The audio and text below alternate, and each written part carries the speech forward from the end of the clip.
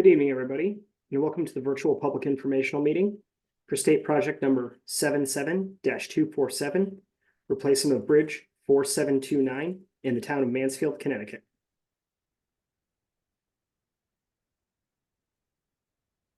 This is a quick slide on how to use closed captions and subtitles in Zoom. On the bottom menu screen, there should be an arrow button for closed captions to hit show captions, and you can select your speaking language that you would like to see from the list shown. Closed captioning, including non-English translation options, are available on YouTube after the event.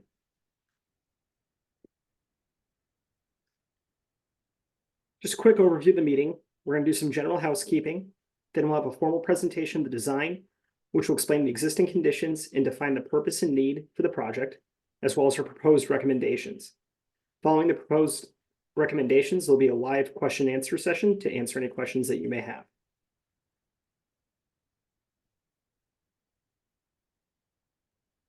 We'll read this slide now on civil rights. Title 6, no person shall on the basis of race, color, or national origin be excluded from participation or subject to discrimination in the development of this project. We highly encourage you to fill out the post-meeting survey located at the QR code and at the link below. There's also a link to the department's Office of Equity Title 6 page at the link as well. A recording of this presentation will be posted to YouTube after the event. And closed captioning, including non-English translation options, are available on Zoom and YouTube.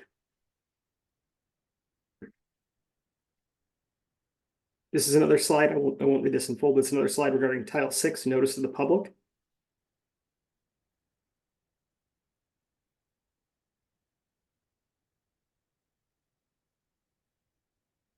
And the same slide in Spanish.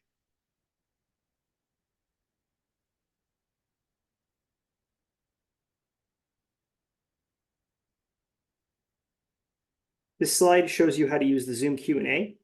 During the Q&A session, you can select the Q&A tool at the bottom of your Zoom webinar window. There'll then be a pop-up box, as shown on the screen on the right. You can then type your question in the text box and click enter. If you're an audio-only participant, please dial *9 to raise and lower your hand. Excuse me.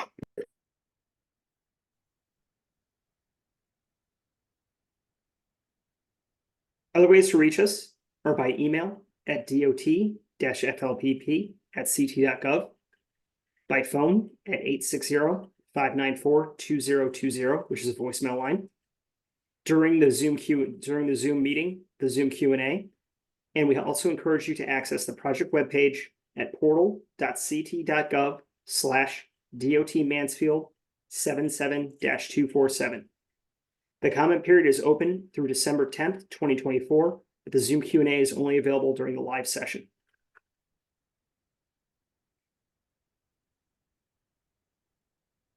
Funding for this project is through the department's Federal Local Bridge Program, Design Managed by State, or DMS program. In the past, federal local eligible bridge projects were funded with 80% federal dollars and 20% town dollars for design, rights-of-way, and construction. In the DMS program, design, rights-of-way, and construction phases are funded with 80% federal and with a minimum of 80% federal and a maximum of 20% state dollars, which is 100% funding. Design, rights-of-way, and construction phases are at no cost to the town. And while the department is undertaking the design on behalf of the town, the design is still a full partnership, and we coordinate with the town at all key milestones to make sure the town's concerns are incorporated or addressed.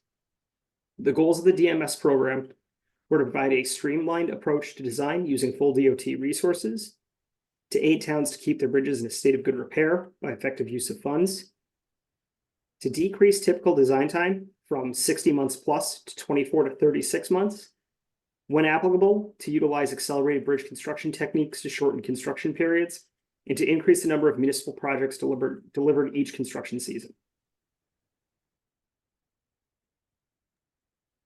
This is the CT-DOT project team. Bart Sweeney is our division chief of bridges. Derek Lassard is the principal engineer of the consultant engineering group. I'm Mark Burns, the project manager for the local bridge program. Michelle Rain is the project engineer in the local bridge program. And Zach Garino is the rights-of-way project coordinator.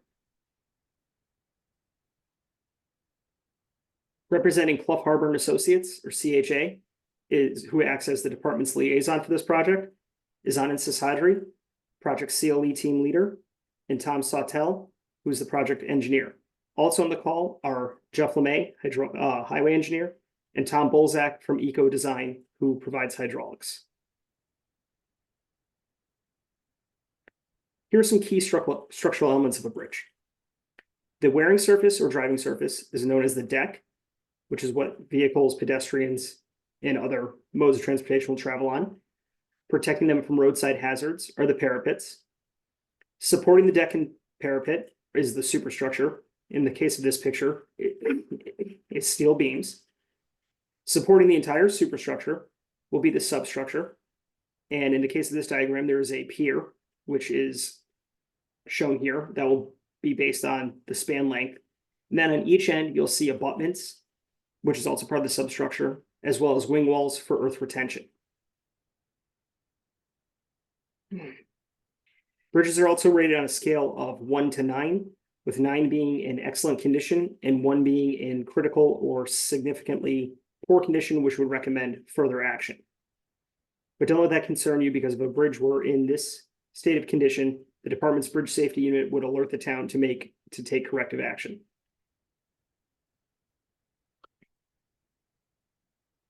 Here are some examples of concrete deterioration. Concrete efflorescence is a condition where moisture migrates through the concrete and then creates salt deposits to appear on the outside. Honeycombing is a condition where voids or cavities appear in the concrete.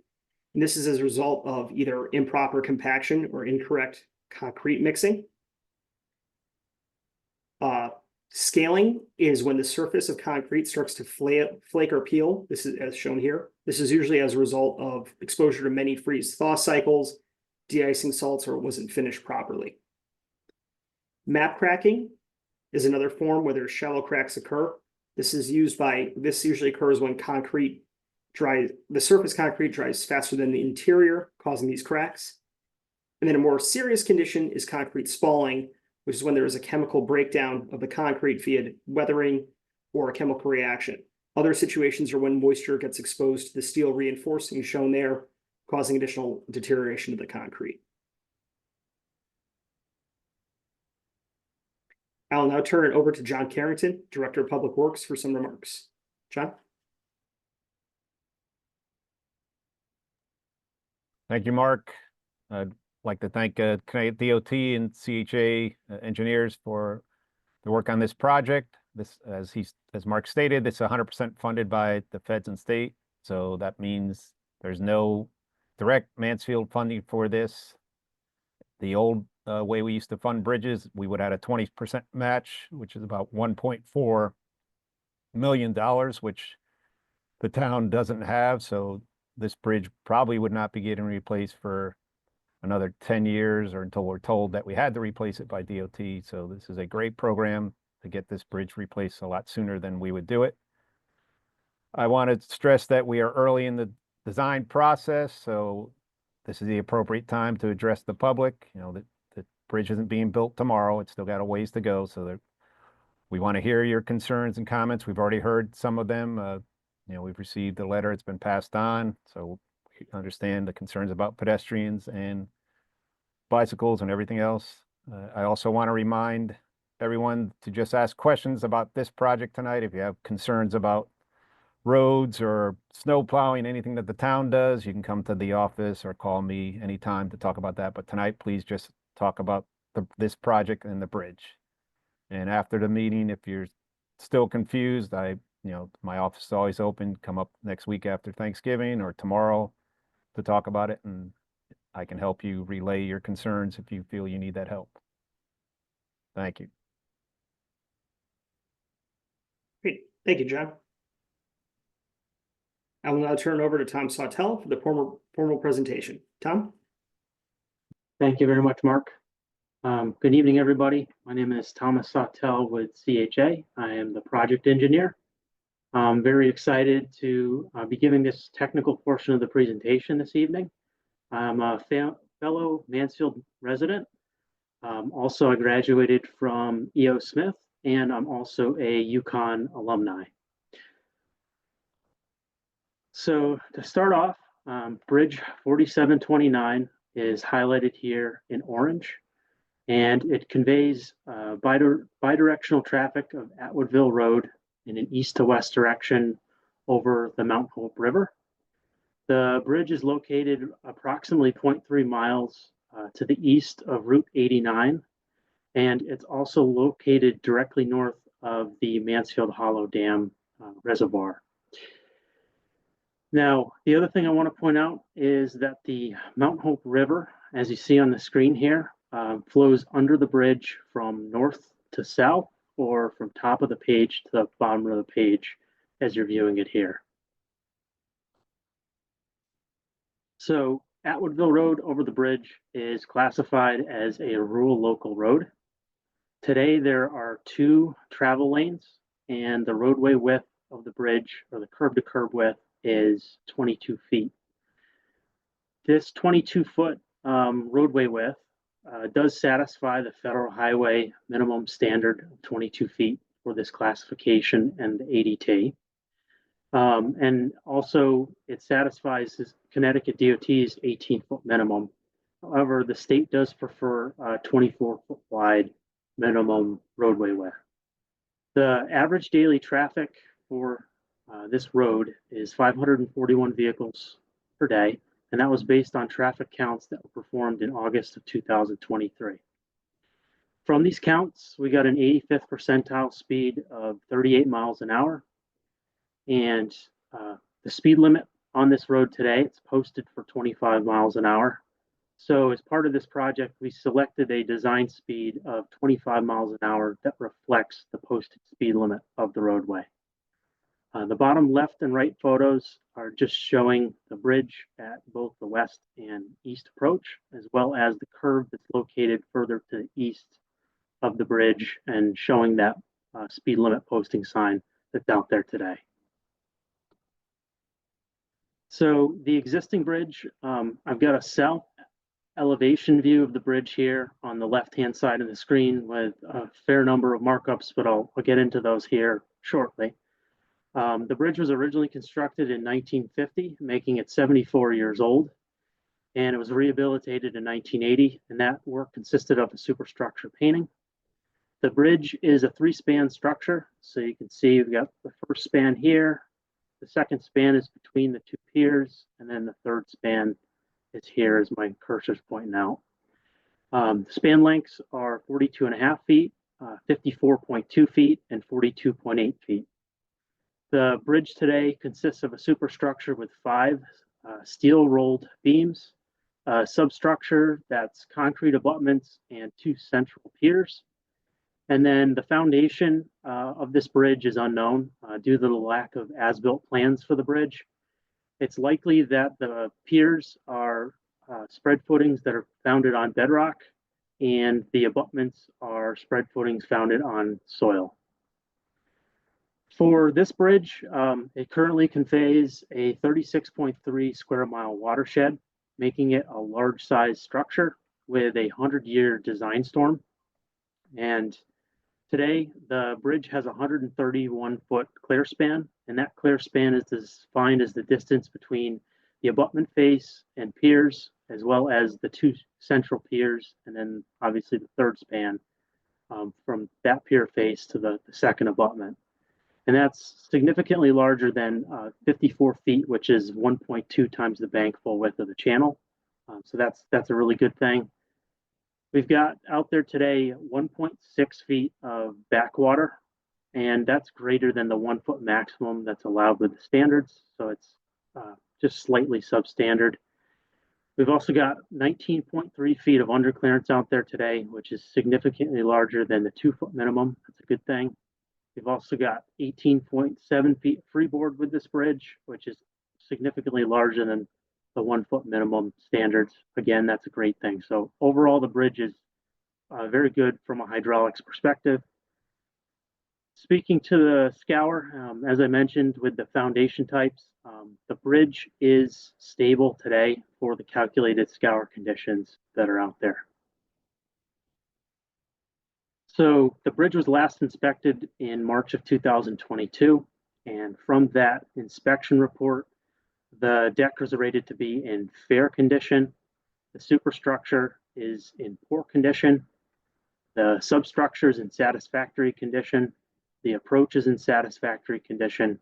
And channel protection is rated to be good. The superstructure is in poor condition primarily because of the condition of the existing steel girders.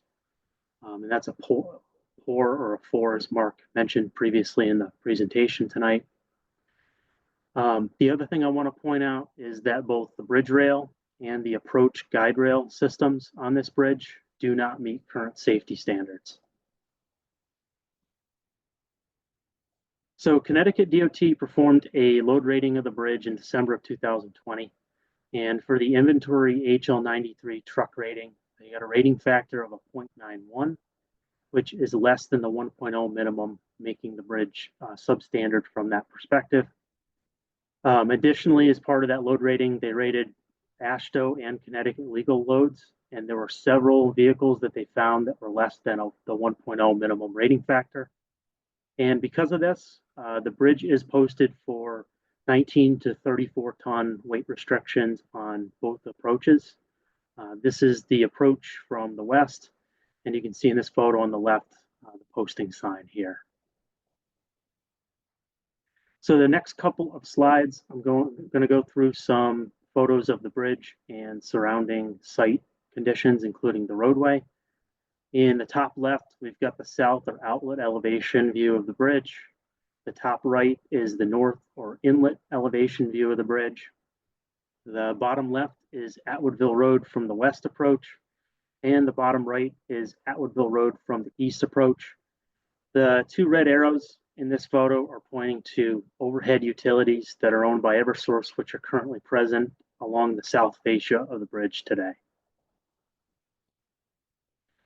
The top left and top right photos show the west and east approaches to the bridge. And again, just to point out, we've got the weight limit posting signs at both of these approaches to the bridge. The bottom left is just a photo showing the typical condition of the existing bridge deck. This does not have any bituminous overlay. It's a concrete deck.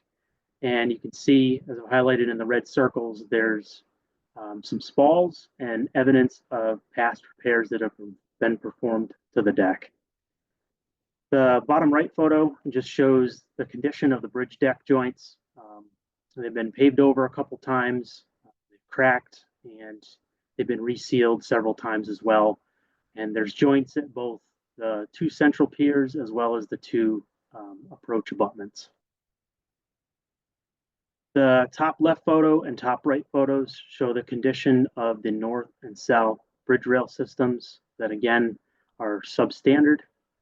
And then the bottom left photo just shows the approach system and the end blocks, and that's also a substandard railing feature that's out there today. And that condition is typical at all four corners of the bridge. The bottom right photo is the underside of the deck, and this is span 1 looking towards the east. The top left is the underside of the bridge deck in span 2, looking toward the east as if you're standing in the water. The top right photo is just showing the condition of the fixed bearings on the bridge. They're fairly rusty, as you can see in this photo. And then the bottom left and bottom right photos show the west and east abutment elevations. The top left photo is a typical photo of the embankment in front of Pier 2. And as you can see, it's armored with large boulders. This condition is typical throughout both sides of the bridge around the piers. And the top right photo, we've got the Mountain Hope River flowing between Piers 1 and 2. It's important to point out that the Mountain Hope River primarily flows between these two piers. The bottom left photo is the Mountain Hope River looking upstream of the bridge, and the bottom right photo is the Mountain Hope River looking downstream from the bridge.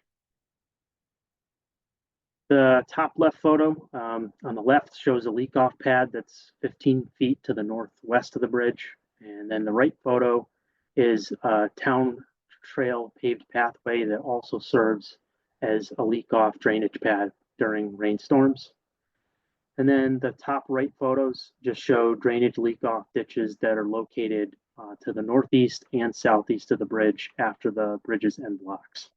So as you can see, there's no defined closed drainage system out there today around the approaches to the existing bridge. So as I've mentioned in the presentation tonight, there's several issues with the bridge and surrounding site that we want to fix. And the purpose of the project is that we want to increase the load carrying capacity of the bridge and eliminate the weight restrictions that are out there today on the structure. We also want to address the poor condition of the superstructure and the steel beams. And then we also want to be able to replace the bridge rail and approach rail systems to meet current safety standards. Because of these reasons, we're going with a full bridge replacement as part of this project. Now, I also want to highlight that, as Mark has mentioned, despite the deficiencies that we've outlined in the presentation tonight, the bridge is still safe for the traveling public because it's inspected by Connecticut DOT on a regular basis. So as part of the new bridge project, we're going with a new single span steel beam bridge. Here's an example photo. This is a bridge on Route 74 in Tolland, just to show the steel beam superstructure type that we're going with. It's going to be a shorter 76-foot long single span bridge, and that's going to reduce the overall bridge footprint of what's out there today. It's going to be a brand new bridge that will be able to carry all of the AASHTO design, legal, and permit truck vehicles. It's also, since it's a brand new structure, we're going to get a 75-year service life out of the structure and a minimal anticipated need for future maintenance of the structure. We've got a 24-foot wide roadway proposed for the bridge, and then we've also got a open bridge rail and approach rail system that'll be upgraded, meeting current safety standards. We're also going to be performing some aesthetic improvements to the bridge as part of the project. First, we're going to include a form liner that'll be applied to the end blocks and wing walls of the bridge that will simulate stone masonry. Both the photo in the bottom here and on the right just shows some samples of what the form liner could look like. We're also going to be providing a metallized 3-tube open bridge rail, similar to what these photos show, and it'll be metallized to a color of the town's choice. These two photos just show a black metallized rail as a sample here tonight. So here is the proposed bridge cross section. This is looking towards the east along Atwoodville Road.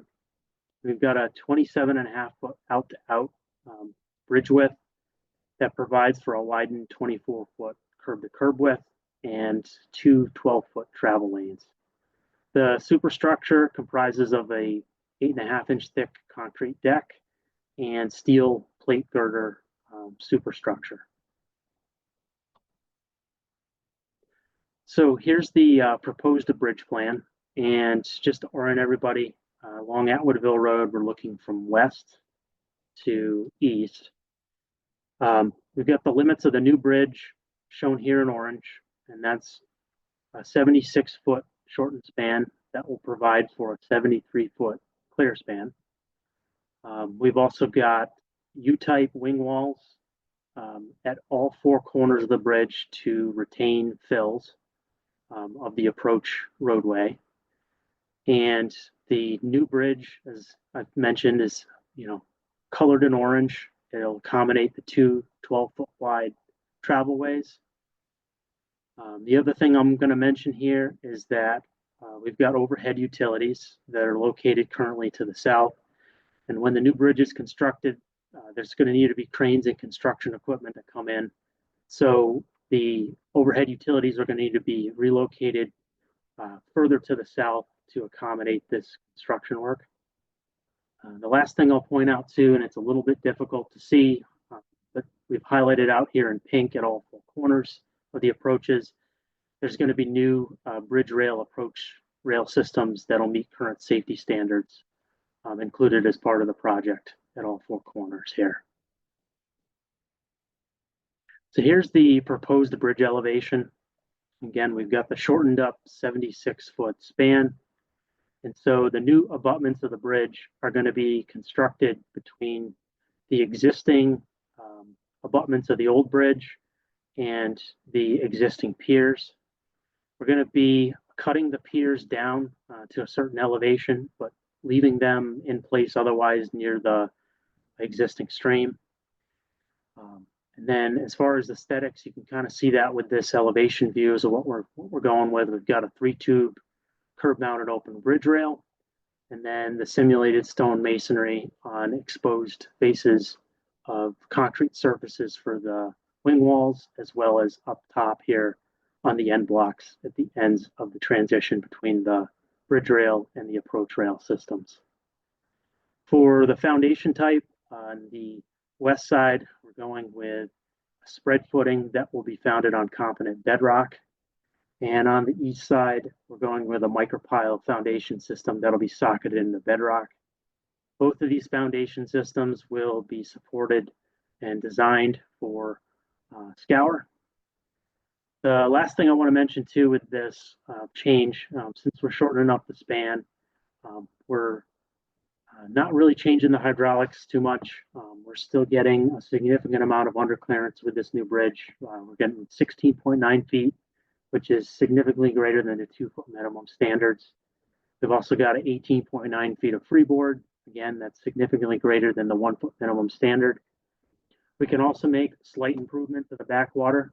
We can go to 1.4 feet with this structure, and that's a slight improvement over the existing conditions of 1.6 feet. So here's the proposed roadway plan that's showing the full project limits. The yellow highlighted out portions are the limits of the approaches to the bridge on both the west and east side that will be fully reconstructed as part of the project. We've got approximately 250 feet to the west of the bridge and 330 feet to the east of the bridge, making our full project limits approximately 640 feet along Atwoodville Road. The other thing that I want to mention is that we're going to be making some drainage improvements as part of the project. As you can see, I'm going to highlight it, circle it here in the northeast corner. Here, we're going to be providing for some closed drainage systems, and it's going to daylight or outlet in the northeast quadrant of the bridge here. And then on the east side, we've also got additional closed drainage systems that will outlet on the southeast side after the curve that's located beyond the bridge here. So here's the roadway profile, and to orient everybody, we're looking from west to east along Atwoodville Road. We're going to be performing a cut over the bridge or dropping the elevation of the road approximately 1 foot over the bridge just to smooth out the curve that's out there today and put the bridge more on a tangent. We're also going to be lowering the low point in the bridge or the roadway that's located to the east by about a half a foot. And that's being done primarily just to establish a new low point and ensure that we can get the road to drain the way that we want in the final condition. So as I'm sure a lot of people are aware, we're also replacing the bridge to the north under state project number 77248. And that's the replacement of bridge 5353 Juniper Lane over the Mount Hope River. And the detour routes obviously are very close and share with one another between this bridge and then the bridge that we're presenting on tonight on Atwoodville Road. Both of these jobs are in preliminary design right now, and they're going to go through the final design process, as well as we're going to need to acquire rights of way and permits for the project, and also secure the funding, of course, for construction. So keeping these factors in mind, there's a lot of variability that could happen with timing as to when these jobs go into construction. For this project that we're presenting on tonight, Atwoodville Road, we're anticipating a roughly 1 construction season or 8-month full closure and detour of the bridge to allow the contractor to construct the bridge and perform the work that they need at the site. Now, depending on how these two projects go into construction, there's two scenarios that could happen. The first one is that project 77-248 Juniper Lane goes into construction earlier than this Atwoodville Road Bridge project. And if that happens, then the detour route for this project will be the one that's shown in red using Juniper Lane, Brookside Lane, Elizabeth Lane, Atwoodville, and then a portion of Route 89. And that's a 2.2 mile long detour route. Alternatively, if it turns out that both jobs go into construction the same year, or that first job gets delayed a little bit, and both the bridges end up being closed for some time, the detour route for this project is going to be the longer one shown in blue, which is 7.6 miles long. It uses a portion of Bedlam, South Bedlam Road, Bassett's Bridge Road, 195, and then Route 89. These detour routes, we look at them really closely and we coordinate with the town and residents throughout design. So this is an ongoing work in progress, if you will. So as part of the project, we're going to have some impacts to the surrounding site. As I mentioned before, we've got overhead electric that's owned by Eversource to the south, running along the south fascia of the existing bridge. And we're anticipating a temporary or permanent relocation further to the south, but it's important to note that utility services will be maintained throughout construction of the new bridge.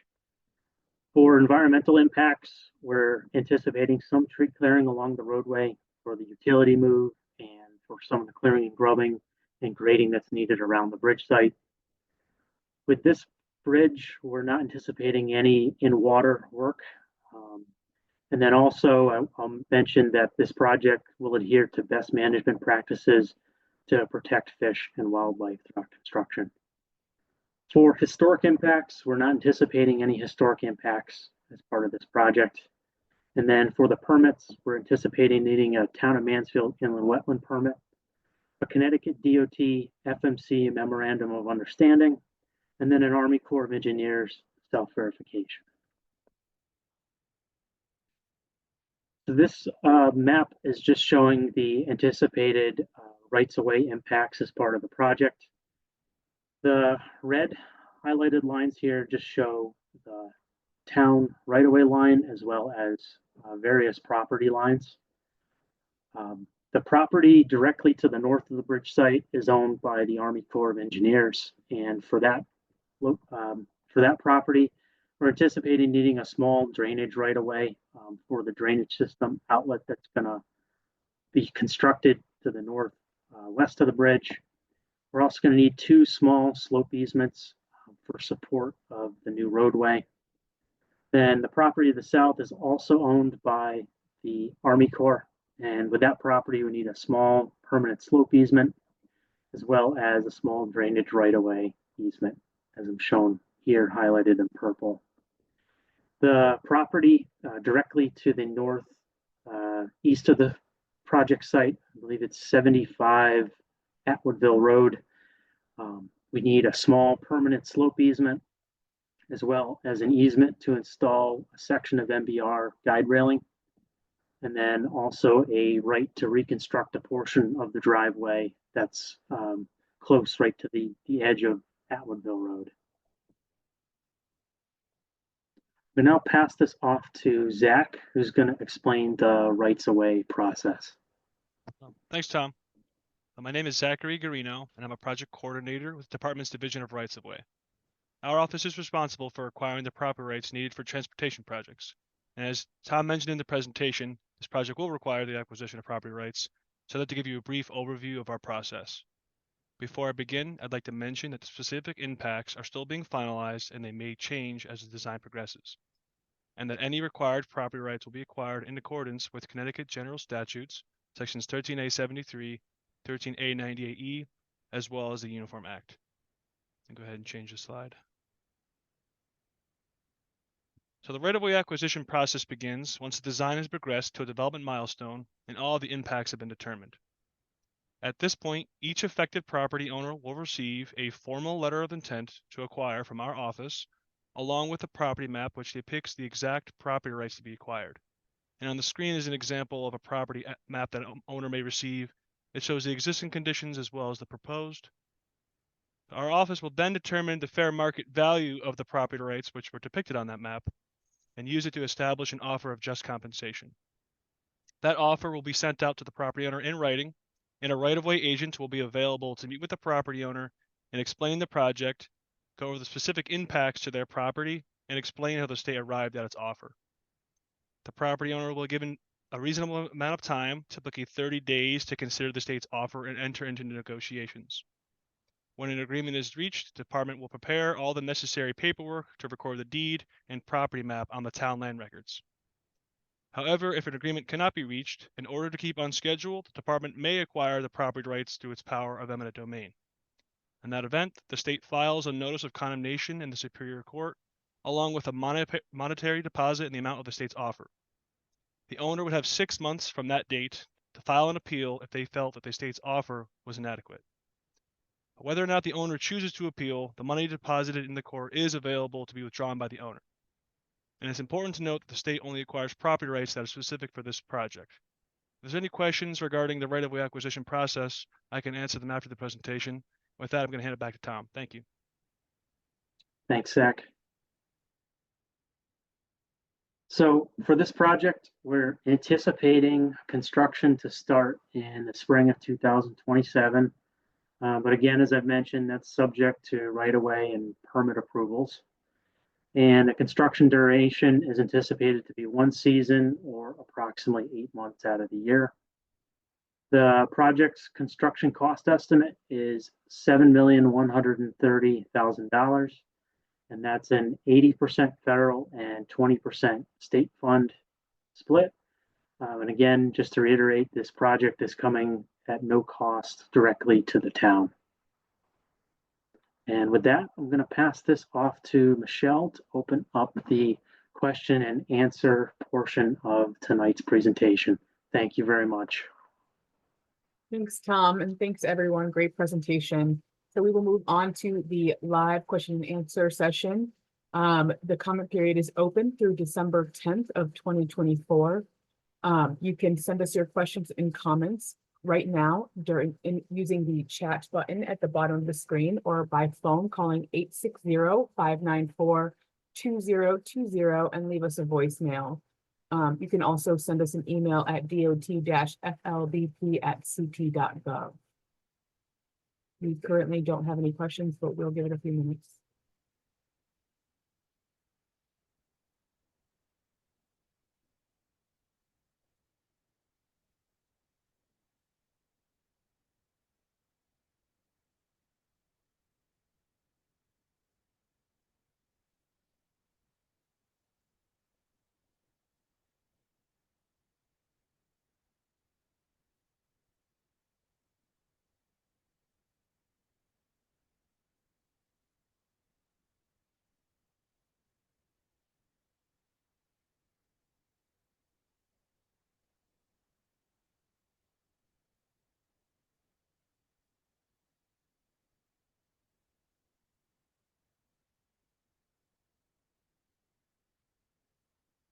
Michelle, it looks like we have a question from Beth Rudder. Perfect. What can be done within the scope of this project to control traffic speeds coming down the hill to the east toward the bridge? Tom, do you want to take that question? Sure, Mark, I'll take that question. And I can probably have Jeff also hop in at some point here. So, traffic calming is typically something that the town would handle as part, their part to enforce the speeds on the road. But there's other ways that you can try to enforce traffic through there as well. And one way that you could try to enforce traffic would be, you can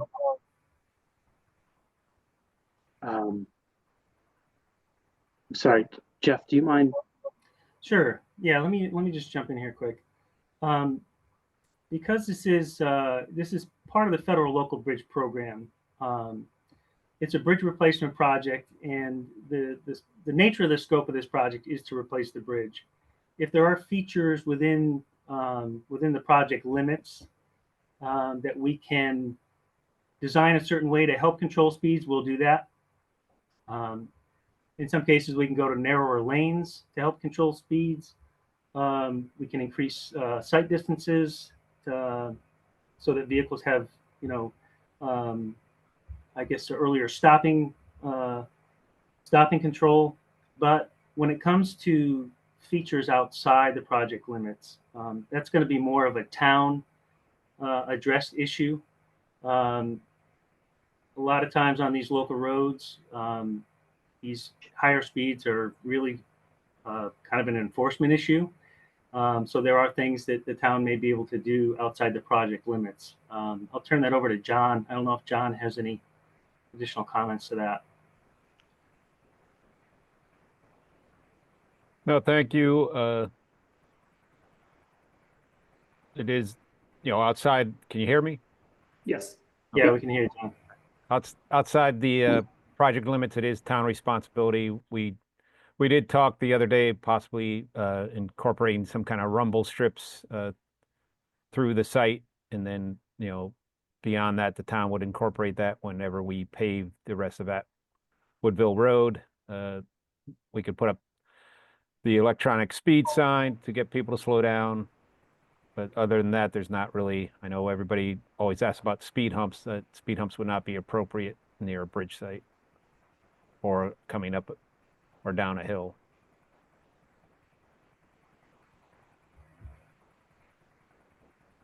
That's all I have. Great. Perfect, thanks, Sean. We do have another question that came in. I'm concerned about the weight restrictions being adjusted so that big truck can travel over it. With the big hill, we risk runaway trucks. Also, pedestrians walk along this road. Increased truck traffic will be dangerous. Yeah, maybe let me start with responding to that. So one of the primary purposes for replacing the bridge, as Tom mentioned in his presentation, is the weight restriction. So when we do replace the bridge, we have to make sure that the bridge can carry all kinds of design vehicles and legal loads. That's the primary purpose of replacing the bridge. So the weight restrictions will go away once the bridge is replaced. And then obviously what happens when the trucks come in, we are assuming that everybody will follow the speed limits. There are going to be posted speed limits for this bridge, which is I think 25 miles per hour. And then anything beyond, as far as the enforcement, unfortunately, is a local, police and that kind of thing that can be used to solve that problem. Jeff, do you want to add anything, or John? I can add that, the only way the federal government's going to fund this bridge is if we make it so every vehicle can travel on it. Every vehicle has a right to use a public road. You can't restrict it. Like we couldn't tear this bridge down and put up a wooden bridge to make sure only cars go across it. It's what has to be done. It's a public right of way. I know you probably have enjoyed maybe less trucks going there. That doesn't mean just because there's a sign that a heavy truck wouldn't go over the bridge, it would still be their fault, but we want to have a bridge that's safe for all truck traffic. And again, it'll just be enforcement of making sure they are going the speed limit. Perfect. Thank you, guys.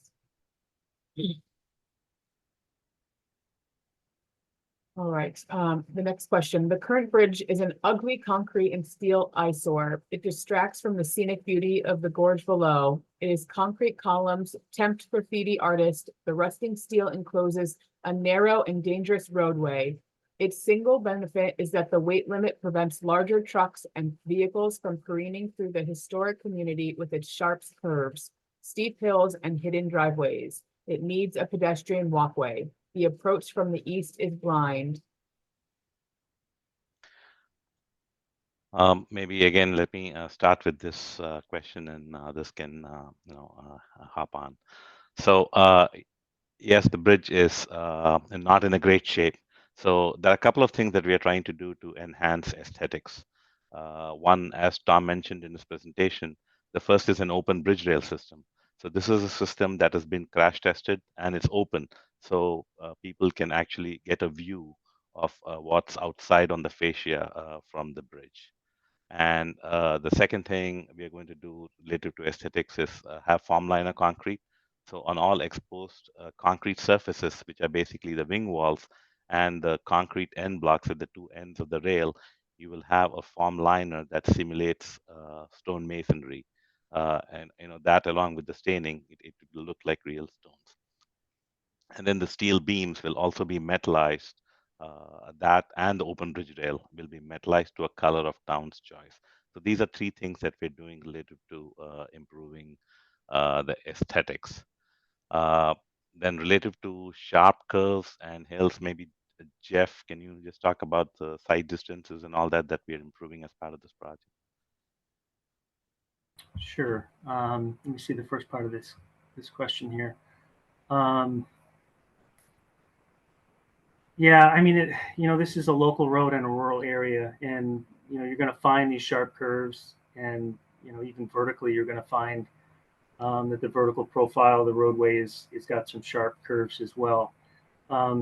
With this particular horizontal curve you see here, one of the benefits of going to this shorter bridge is that we can pull the horizontal curve off the bridge. So the existing bridge is quite long. It's 3 spans. And the east side of the bridge actually has a part of this horizontal curve on it. And so as you're driving down the road, what happens is you wind up getting into a pinch point here where the road appears narrower if you're traveling east to west across this bridge. And it's because the bridge is built on a tangent and you've got a curve on that portion, the east portion of the bridge. So with this new design, with the shorter bridge, we're able to maintain this horizontal curve, but we're pulling the curve off the bridge just by virtue of the bridge being shorter. And what that does is it gives you better sight distance coming around that corner on the inside. And it also gives you a consistent lane width driving east to west. So that, there is that benefit. Anand, do you want me to address the last bullet here about the pedestrian walkway? Sure, absolutely, yeah. There were several comments that came into the town a couple of weeks ago about pedestrian access.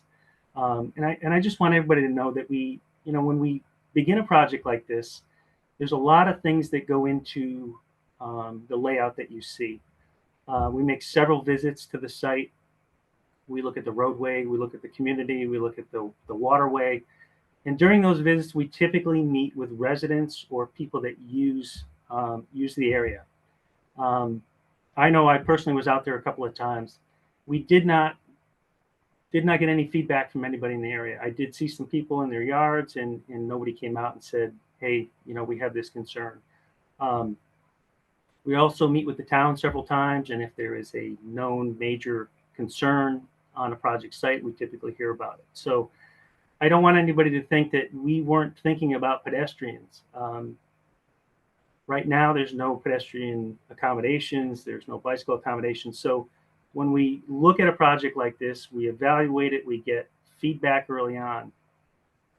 Not having any of that, we didn't incorporate a sidewalk or anything like that. It didn't seem to fit the roadway to the west or the east. And I don't know how many people are familiar with Complete Streets, but projects that are part of a federal local bridge program are not required or are not subject to the Complete Streets requirements. It's more for areas with higher EDT, higher traffic, urban areas, and things like that. That being said, now that we know that there is some kind of a concern here with pedestrians, we are looking at adding pedestrian accommodation on the south side of the bridge. And that would be in the form of a much wider shoulder. So we're looking at like a 5-foot shoulder. I said that we don't have to meet Complete Streets requirements. That doesn't mean that if we incorporate something, we would typically look at the Complete Street requirements and And one of those standards is providing a wider shoulder for pedestrian accommodations. So we're looking at potentially putting that on the south side, having two 10-foot lanes and a 5-foot wide shoulder. And right now we're looking at that for the length of this project as you see it in yellow.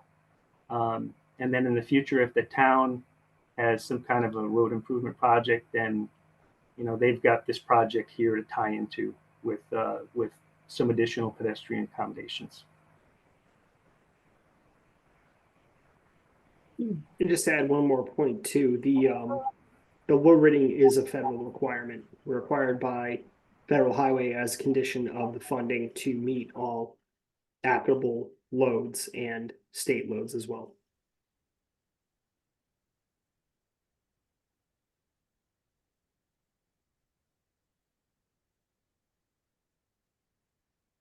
Perfect. Thanks, gentlemen. I'm now gonna call on Harry Frank to allow him to talk. He has either a comment or a question for you guys. Hi, Harry, you can unmute now to speak. Unmuting. Can you hear me now? Yes. Oh, thank you very much. Yes, my name is Harry Frank, and I live at 33 Atwoodville Road, which is about a 2-minute walk from the bridge. I've lived here for over 40 years, at which time we raised 4 children here, and we love this neighborhood. We love this area. I sent you some comments last week, which were co-signed, endorsed by 20 residents of Atwoodville, including the landowners whose property abuts the area associated with the bridge. And I mentioned in that message, and I think it's worth repeating here for the record, that this bridge connects to and forms the northernmost loop of a hiking, biking, and cross-country ski trail around Mansfield Hollow Reservoir. In fact, the area around the bridge is very popular, not only with hikers and bikers and skiers, but also with sunbathers, bird watchers, dog walkers, sightseers, anglers, and geology buffs. In fact, it's clear to me that you recognize the area as conducive to recreation. Otherwise, you would not have included in your design a gravel and aggregate area to accommodate anglers. If you stand on the north side of the bridge, as you have, and look down at the river, you will see what my geology colleagues at UConn refer to as a, quote, spectacular view of earthly matters. This is where the river flows over incredibly unique outcropping of Paleozoic bedrock, creating cascades of water, especially evident during the springtime, but actually it's photogenic at all times of the year. And we residents of Atwoodville love showing this view off to our visitors. And in fact, geology professors have been bringing their students to stand on this bridge and observe this spectacular outcropping for many decades.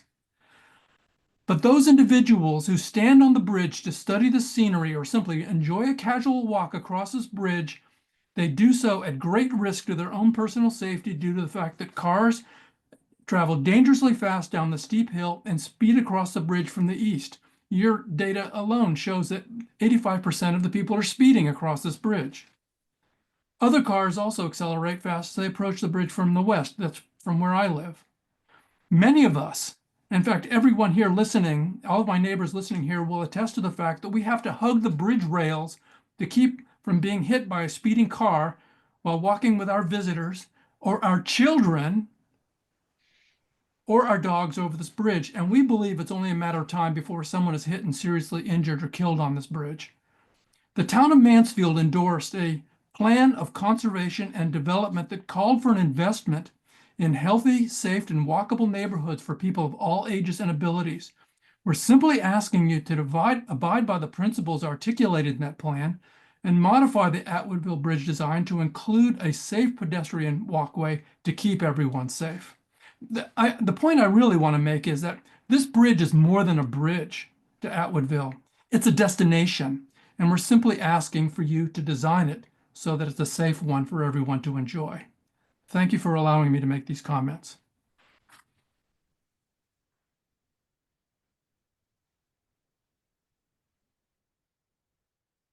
So maybe I can just respond. Thank you very much for that statement and comment, Mr. Frank.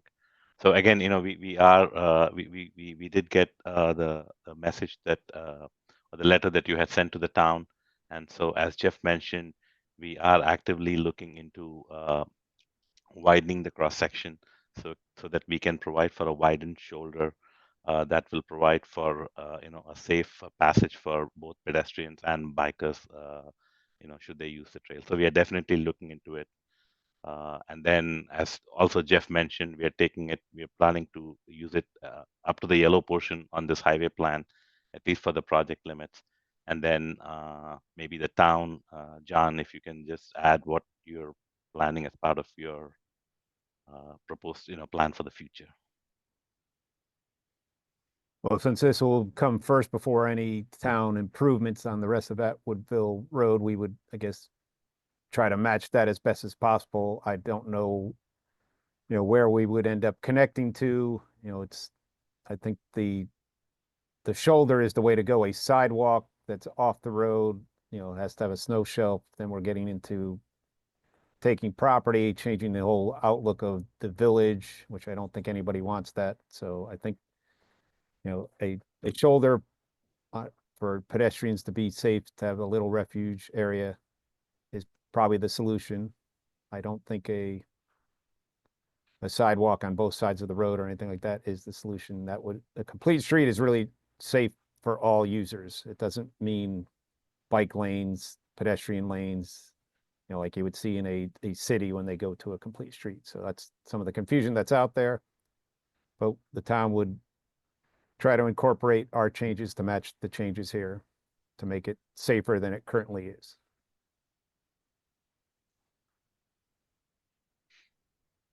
One thing to add too on, and I think we should touch on, is the potential historic and archaeological sensitivity in the area as well. That additional widening could have impacts and trigger additional archaeological reconnaissance.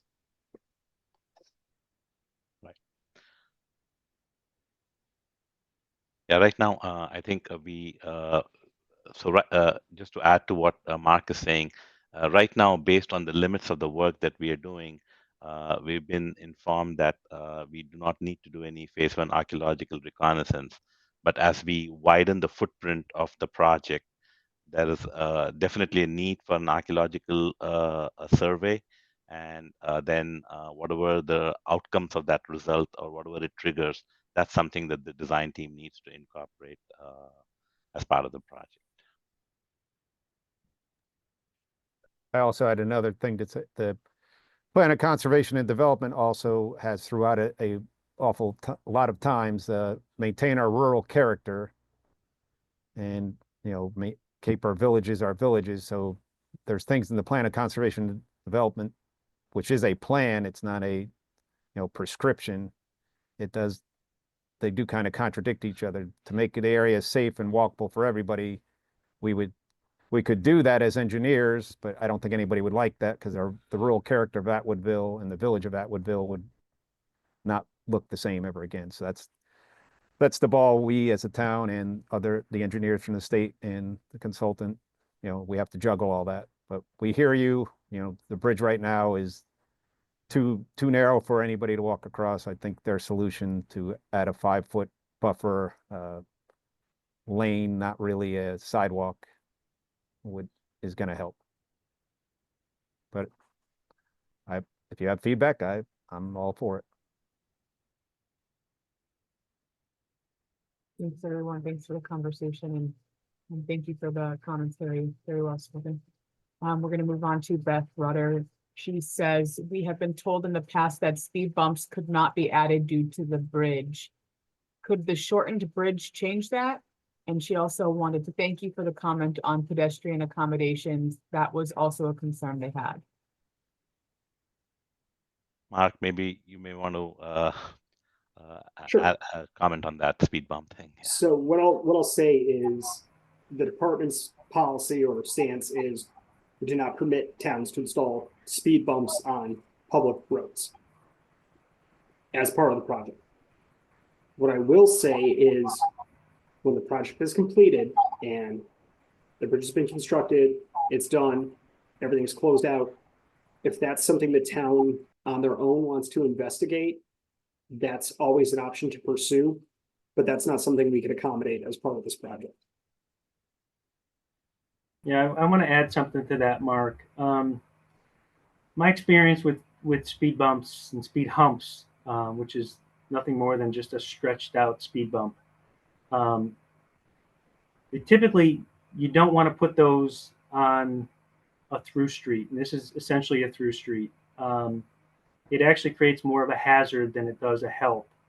So you can just imagine people traveling down the road um, and running into one of these speed bumps. You can put signs up to alert them that there are speed bumps, but um, signs aren't always, seen in enough time.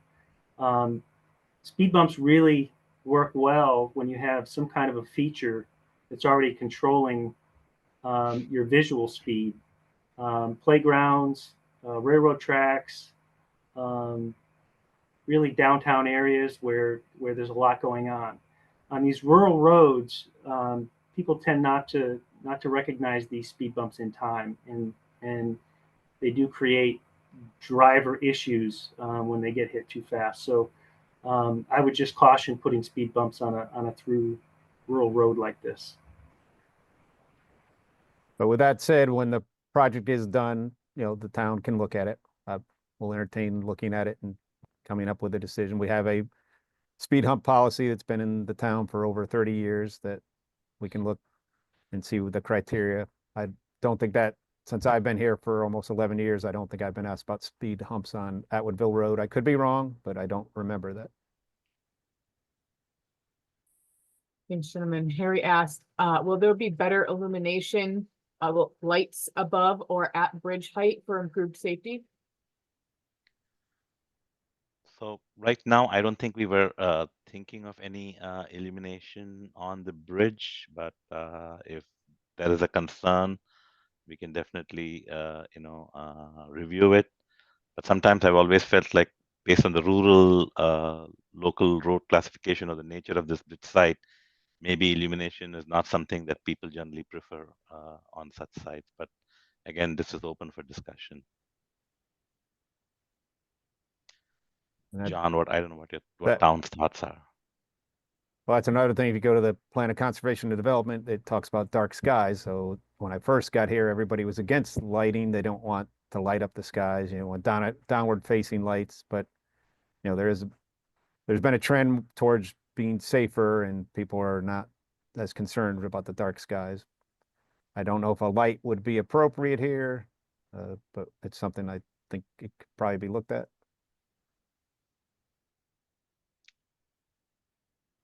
Thank you, John and Anand. At this time, we have no further questions, but we will keep the Q&A open for a few more minutes. You can send your question to us now using the chat function at the bottom of the screen.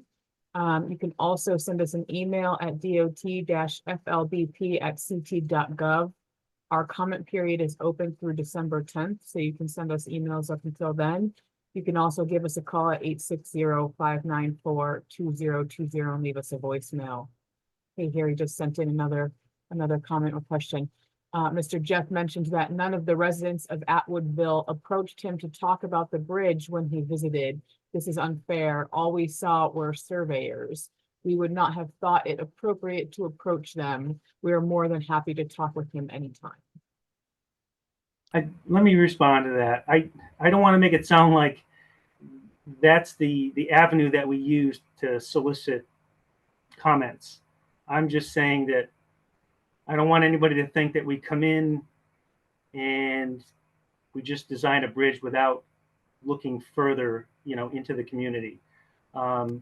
We had several bridges already in the town that we've worked on before this one, and we ran into anglers out there fishing, had some good conversations. They had some concerns, so we were able to incorporate some of those.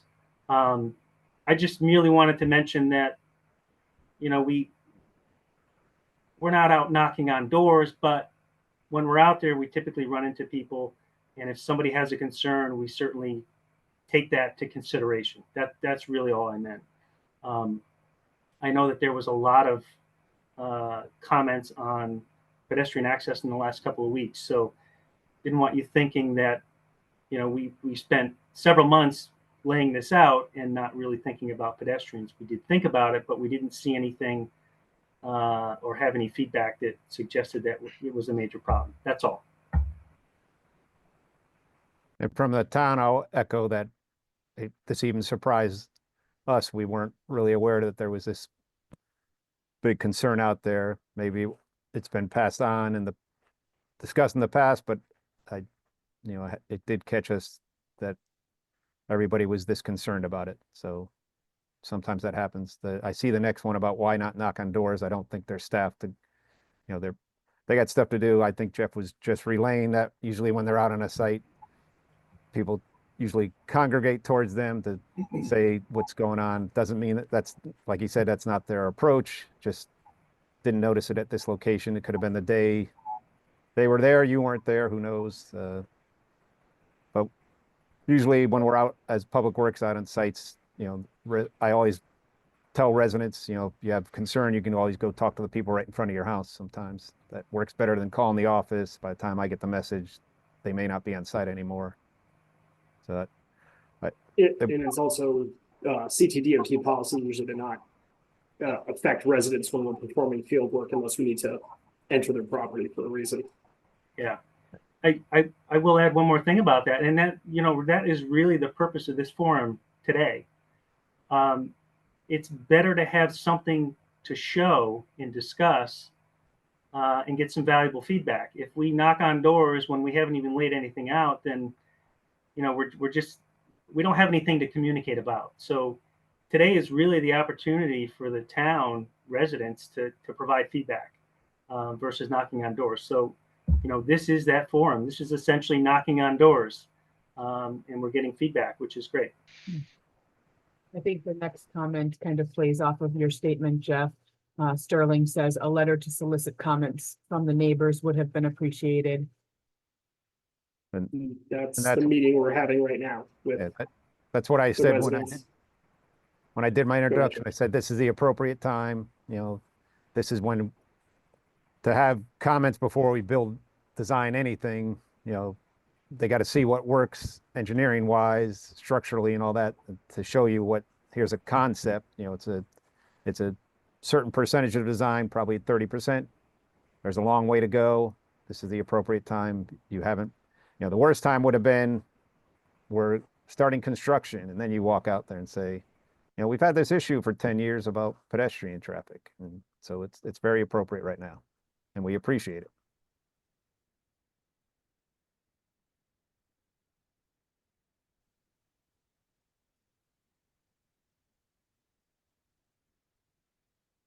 We have no more questions right now, but we can still leave it open for a couple more minutes if anybody has anything else they can think of. I would just like to reiterate one more time that the comment period is open through December 10th. And if you think of anything else that you'd like to discuss, or you have any further concerns that you want to get to us, feel free to send us an email at dot-flbp@ct.gov. You can do that through December 10th.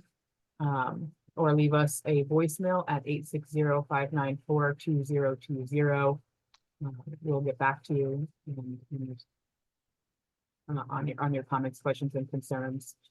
We also encourage you to check out our project webpage, which I will post the link for again in the chat as well, which has our project information, project plans, and information about what's happening. And I do offer again, Michelle, to anybody, if you have challenges with any of those systems, you want to come to the town hall, to the engineering office, we can help you out with that. Because I know some people have contacted our office about not having the technology. So. Okay, thanks so much, John. And Beth said, thank you for your time tonight. Thank you, Beth. Thank you.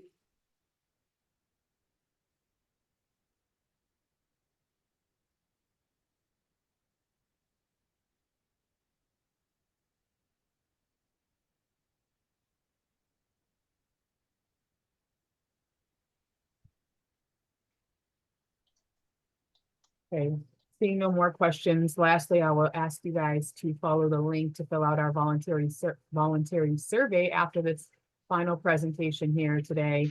This just helps us with our future presentations. And with that, I wish you all a happy Thanksgiving and hope Hope you enjoy all the turkey and stuffing and fixings with your family. Thank you all. Have a good night. Thank you. Thank you. You. Thank you. Take care. Thank you.